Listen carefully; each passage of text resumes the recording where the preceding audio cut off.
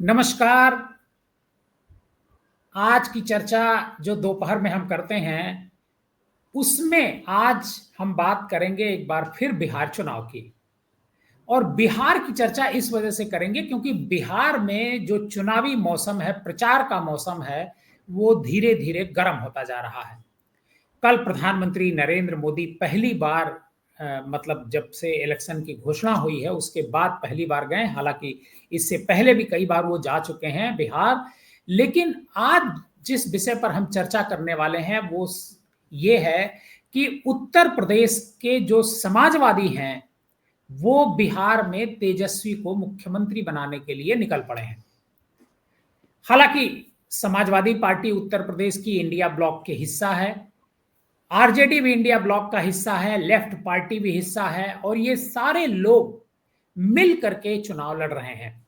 Samajwadi party को बिहार में कोई सीट तो नहीं मिली है, लेकिन समाजवादी पार्टी के जो बड़े नेता हैं अखिलेश यादव, सबसे ज्यादा कर्ता धर्ता मैं उनको कहूंगा कि वो, और पार्टी के जो बड़े नेता हैं आजम खान, इस तरीके से करीब 20 स्टार प्रचारक घोषित किए गए हैं जो बिहार में जाकर के वोट मांगेंगे, पूरब के लोगों से वोट मांगेंगे और पूरे बिहार में कैंपेन करेंगे कि किस तरीके से तेजस्वी 2025 में बिहार के लोगों के लिए फायदेमंद होने वाले हैं।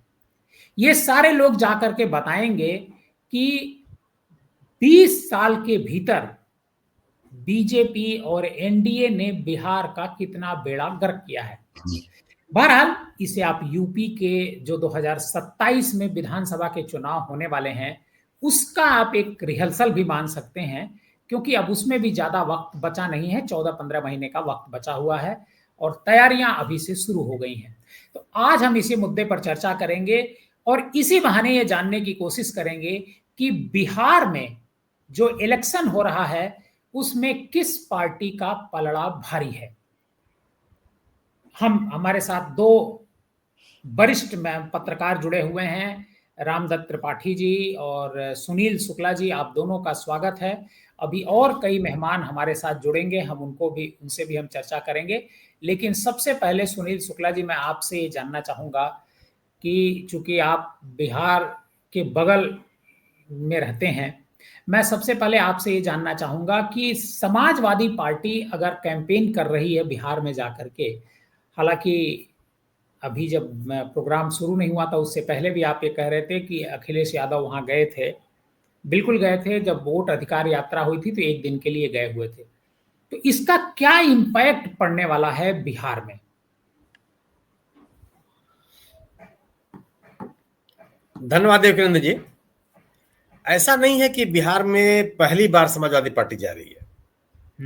अपने गठन के दूसरे साल ही संभवतः 1995 में ही पार्टी उतर गई थी बिहार के विधानसभा के चुनाव में, और जहां तक मुझे याद आ रहा है कि लगभग 150, 142, 140, 150 के आसपास उम्मीदवार उतारे भी थे।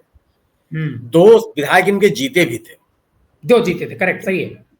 समाजवादी पार्टी को ने अपनी उपस्थिति दर्ज कराई है और संभवतः यह पहला चुनाव होगा या दूसरा चुनाव हो सकता है जिसमें समाजवादी पार्टी ने अपने उम्मीदवार नहीं उतारे, और वह पूरी तरह से इंडिया गठबंधन के साथ है।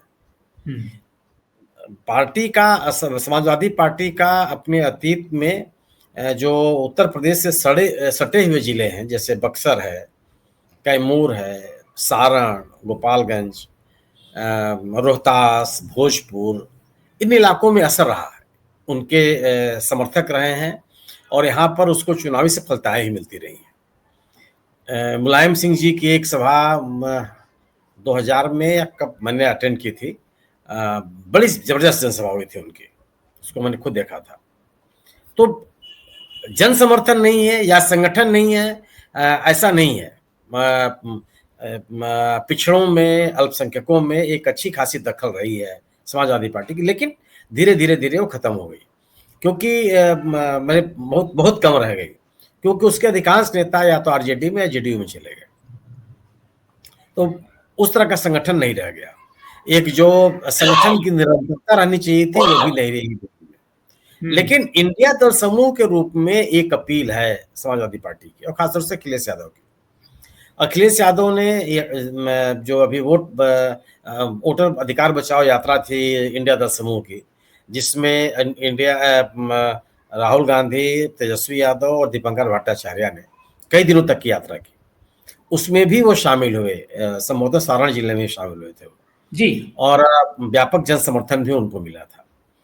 तो अखिलेश यादव के जाने से कितना वोट मिलेगा, कितना वोट नहीं मिलेगा, इससे ज्यादा महत्वपूर्ण विषय यह है कि एक पॉलिटिकल नैरेटिव बनेगा। Political narrative. इंडिया दल समूह एक है और वह मिलजुल करके एनडीए के खिलाफ बिहार में चुनाव लड़ रहा है। यह नैरेटिव ज्यादा आवश्यक है। एनडीए लगातार इस बात की कोशिश कर रही है बिहार में कि महागठबंधन में बिखराव है। वो लगातार ये कर रही है कि महागठबंधन के दलों के बीच में आपसी तालमेल नहीं है। वह इस बात को खूब हवा दे रही है। और अगर आप कल के प्रधानमंत्री जी के भाषण को सुनिए तो उसमें भी उन्होंने अपने मुद्दों को छोड़ करके उन्होंने महागठबंधन पे हमला किया और यह बताने की कोशिश की कि महागठबंधन में कोई एका नहीं है, वह एनडीए को चुनौती देने की स्थिति में नहीं है। ऐसे में अखिलेश यादव का जाना या इंडिया दल समूह के अन्य सदस्य अगर उसमें शामिल होते हैं तो इसका बड़ा बड़ा संदेश जाएगा, जो कि बिहार में आवश्यक है। बिहार के लोग एक मजबूत विपक्षी एक गठबंधन चाहते हैं, बिखराव नहीं चाहते हो। उनको इस बात का आपको भरोसा दिलाना होगा कि आप एनडीए के विकल्प के रूप में मजबूती के साथ उभर रहे हैं और किसी तरह का आपस में कम से कम किसी तनाव या बिखराव की स्थिति नहीं है। आप याद कीजिए कि पिछले दिनों महागठबंधन के जितने नेता, जिसमें दीपंकर भट्टाचार्य हो या कांग्रेस के नेता हो या आरजेडी के नेता हो, सब ये बोलते रहे, हालांकि एक दूसरे के खिलाफ इनके उम्मीदवार रहे। मतलब एक समय ऐसा आ गया था जब कांग्रेस कमेटी के जो प्रदेश अध्यक्ष है राजेश राम जी, उनके खिलाफ आरजेडी का उम्मीदवार था। जी जी, लेकिन और एक बकायदे 12-13 विधानसभा सीटें थी जहां ये कहा जा रहा था कि महागठबंधन के सदस्य दल ही एक दूसरे के खिलाफ है। अभी भी हैं, करीबन 6 या 7 सीटें ऐसी हैं जहां पे ये दल एक साथ है, लेकिन अब इसका ये कहा जा रहा है कि फ्रेंडली कंटेस्ट है और महागठबंधन के लोग इसका अलग तरह से इसकी राजनीतिक व्याख्या कर रहे हैं, लेकिन एनडीए के लोग ये कर रहे हैं कि इनमें आपसी समझदारी नहीं है।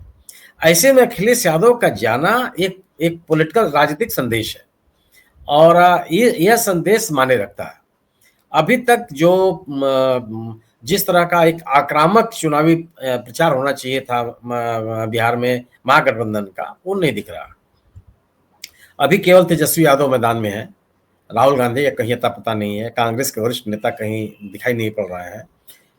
माले के लोग जबरदस्त तरीके से, जो माले का असर का क्षेत्र है वहां और जहां चुनाव लड़ रहे हैं वहां भी, और जो उनके इलाके हैं वहां एकदम जो जिसको जमीनी प्रचार कहते हैं वो आपको दिखाई पड़ेगा और वो महसूस होगा। लेकिन जो मतलब ये इसको हम ये माने कि इसलिए अखिलेश यादव का